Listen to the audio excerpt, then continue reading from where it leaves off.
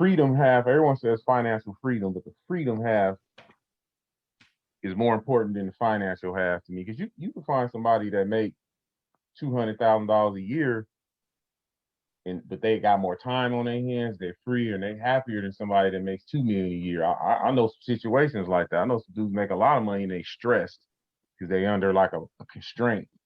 So it was just the freedom for me, and I just didn't like it. And the last thing that probably I always tell this story. The last thing that made me type up my resignation, it accelerated my process because I had made a 3-year plan to exit out of there. Things I was gonna do, how much money I was gonna have saved.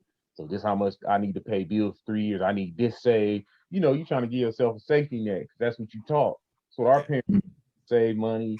Don't like our parents were big on. We never even heard the word investing when we grew up. Like talking about investing. You might have been lucky to have like a neighbor or somebody, but for the most part, save your money. You know.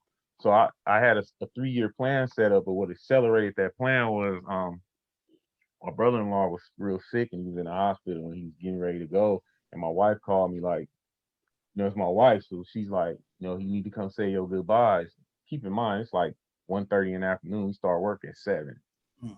And my boss, the general manager at the time told me, I go tell him like, I got a family emergency. You know, I have to leave now. Work done, and he looked at me like, oh, so you know why? And I told him like what it is, and he like, oh, well, that's not like immediate family. That's what he said to me. So, Oh man, I'm like, what? That's why you hear the stories about people flipping whole desk over, man. Yeah. Yeah, that's crazy. Be hot, man. Looked at me, he was like, well, I guess you can go. So my mind right then, leaving, driving to the hospital, I already knew what I was gonna do.